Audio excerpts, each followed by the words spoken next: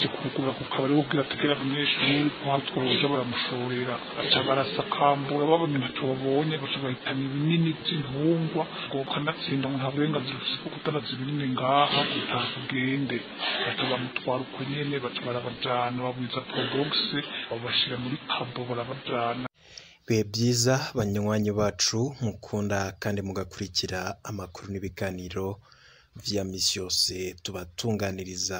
Uyu nawe ni wa mwanya umenyereye ko tubashitsa ko inkuru ziba ziriko ziravugwa ijya nino ngaha mu gihugu cacu c'u Burundi.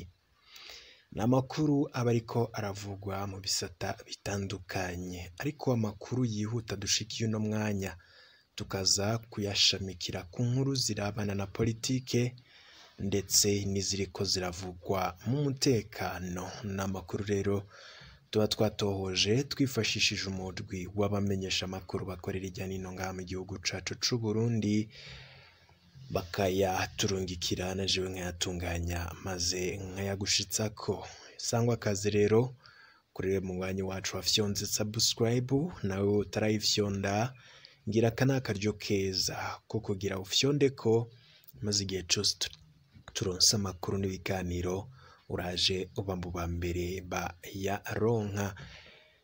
Tudatevye reka dutangurire ku makuru ariko aravugwa cane, ariko iyihutirwa dushikiye kano kanya nuko muri Makamba hari abantu 8 bahagaritswe mu isakwa ryabaye. Wo kwiyumvira iryo sakwa ryari rigendereye iki? Amakuru adushikira arerekana ko igipolisi cakoze isakwa mu gatondo ko kuruno wa kabiri hari mu makaritsiye yo ku mugwa mukuru w'intara ya Makamba, ngaha akaba ari mu bumanuko bw'u Burundi. Amakuru yizewe adushikira yemezwa za neza ko bamwe mu bahagaritswe ari abadafise ibibaranga, abandi bikekwa ko ngo ari abasuma. Iryo sakwa rero rikaba ryabaye cane igice kinini mu mazu yakira ingenzi ari mu makaritsiye Makamba ya mbere ndetse n'iya kabiri nk'uko ababibonye babivuga. Wabibonye avuga ati abapolisi baraba ibitabo vyandikwamwo ingenzi mu mahoteli. Umukozi umwe rero kuri iyi hoteli Makamba City akaba atanditse abaharaye, akaba yaciye ahagarikwa, yongera ko kandi 3 muri 4 bafatanywe batari bafise ibibaranga. Ico gipolisi kandi kikaba cahagaritse abantu 3 ngo berekanywe nk'abasuma nk'uko amakuru avyerekana. Bakaba bafatanywe rero ibitoki ndetse n'umufuko umwe w'ifumbire y'ikizungu hamwe n'amabati 4. Abafashwe bakaba baciye bajanwa muri komisariya y'igipolisi ca komine Makamba nk'uko inkuru yihuta yari dushikiye kano kanya ivyerekana. Tugiye mu zindi nkuru ziriko ziravugwa cane, hari inkuru ibabaje iriko iravugwa nanone aho muri rusangi hari inkuru itari nziza iriko iravugwa. Ubwicanyi bubandanya kwibonekeza ijya nino ngaha mu gihugu cacu c'u Burundi, inyuma yaho hagiye havugwa imitego y'abantu bitwaje ibigwanisho bariko barigandagura abantu ijya nino. Nakwibutsa ko nko mwijoro ryo kuwa gatandatu heze hari ku itariki ya 9/0 mwaka wa 2020 hari umupfasoni yitwa Maria Silvana Gakima arongo ya Gacimbiri kanumbwe ko ku mutumba wa Gishiha muri zone Maramvya nde ya komine Burambi mu ntara ya Rumonge yagandaguwe. Maria Silvana Gakima akaba yarashwe amasasa 2 n'abantu batazwi mu gihe yari asohotse avuye mu nzu, akaba yacikanye haciye akanya bamushikanye kwa muganga mwidonzi nk'uko amakuru twabashikirije yavyerekana. Sivyo gusa kuko ivyo vyashitse inyuma y'igandagurwa ry'umutama Antoine Ruceke uyo nawe akaba yarishwe nk'uko mw'ijoro ryo kuwa 29 Kigarama 2020. Antoine Ruceke akaba ari umutama arenza imyaka 60 yaheruka gutorwa kuba wa kabiri mu barongoye umutumba Gishiha muri zone Maramvya ya komine Burambi. Abamwishe kandi baramusanze mu nzu bamucagira amasase acarera aracika naho nyene nawe nyene abamurashe bakaba batamenyekanye. Gusa imvo zituma abantu b'indongozi bariko baricwa ntiziramenyekana nk'uko n'ababikora batazwi. Gusa abahisi Maria Silvana Gakima ndetse na Antoine Ruceke bakaba bari basangiye ubwoko. Mu makuru adushikira kerekana yuko mu vy'imigambwe Maria Silvana Gakima abiwe bavuga ko atamugambwe yarimwo, naho umugabo yoba ari umusendedefdd. Antoine Ruceke we akaba yahoze ari muri Uprona, akaba kandi imbere y'amatora aheruka yari yarahinduye arinjira muri CNL nk'uko twabimenyeshejwe n'abari muri uwo mugambwe. Ubwicanyi buguma buboneka hagati mu gihugu, ahenshi bikagaragara ko cyangwa se bigatangaza ukungene abategetsi bigumira mu gacerere, aho nko muri Maramvya hariko umushikiranganji Gervas Ndirakobuca. Muri rusange rero yarahishikiye gutanga gasopo naho akihava haciye hicwa Maria Silvana Gakima. Abantu rero bakiyumvira ico bacinyegeje inyuma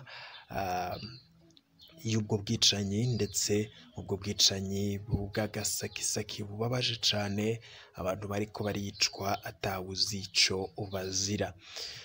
Mu zindi nkuru ziriko ziravurwa cane, reka turabe kuri no nkuru ibabaje nayo ku mpunzi z'abarundi bageramiwe cane.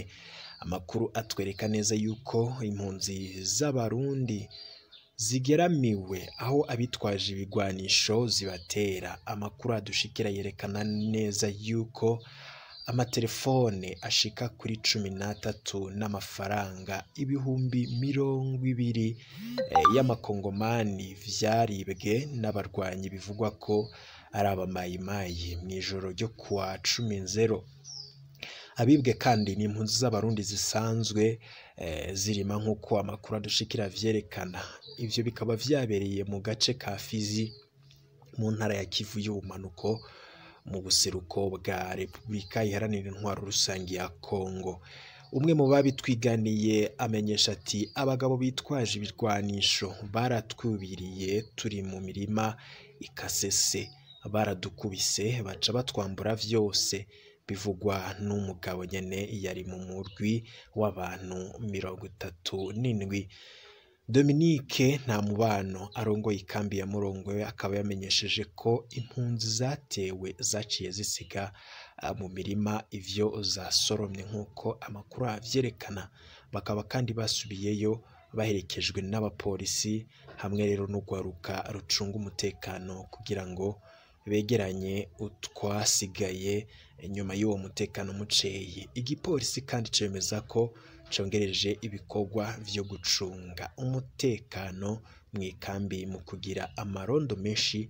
Muri rusange rero ari muri bimwe mu bishobora gutuma umutekano ugarukanwa, ndetse n'ivyo bikorwa biriko birakorerwa impunzi z'abarundi vyobe vyohagarara. Ikambi ya Murongwe iri mu karere karwiriyemwo imigwi myinshi yitwaje ibirwanisho. Impunzi rero zikaba zagiye zivuga ko ngo zihora zibona abantu bo muri iyo migwi baca mu ikambi mw'ijoro nk'uko amakuru ariko aradushikira nayo avyerekana. Umunyagihugu bo muri ivyo bice arigana uko vyari vyifashe. Itondo ca kare babitse basanga abapolisi bakikuje urugo, baca barasaka hose aho baryama, utuntu twose turi mu nzu barasanzaza. Abandi bapolisi bakizira inyuma y'urugo, mu rugo hagati babonye ntaco bakuye, batagara Alexis ngo tugende. Baramutwara ahitwa kwishwi abapolisi bafashe umwigisha yitwa Alexis Ndagijimana yigisha kw'ishure shingiro rya Kizuga be n'umudandaza azwi ku izina rya Innocent. Alexis Ndagijimana akaba kandi ari umuhanuzi wa komine Buyengero yatowe mu mugambwe CNL. Mu Maramvya bari bafashe abatari bake bagira hafi ku 200 babashira ahitwa Mwidonzi. Mu gihe cegera saa sita bahavuye bose bari kugwa kiretse umwigisha George Karangwa yahavuye atwagwa ku bipolisi kiri ahitwa mu Kiganza. Abanyagihugu bo mu Maramvya akavuga ko iryo hagarikwa ry'abantu agasakisaki rigikorikorwa n'umukuru wa zone Maramvya Prime Ndayisenga. Abanyagihugu bo muri zone Maramvya turafite ikibazo tw'amaturiro ngaha akajagari kandi akajagari tugaterwa na chef de zone akuronderaho ikibazo kiri afise abantu bari kuri liste agomba gufatisha yamarika arahiga ko afise abantu bari ku rutonde abantu 10 bizogirirwa nabi none twebwe tutabariza aba bantu kibagirirwe nabi bahomba kurenganywa. Abahagaritswe i Buyengero batwawe mu modokari ya Probox. Abanyagihugu bo kwishwe bakabazwa n'ingene abapolisi ku mabutike basanga beneyo batahari mu kwasaka babanza kubomora imiryango.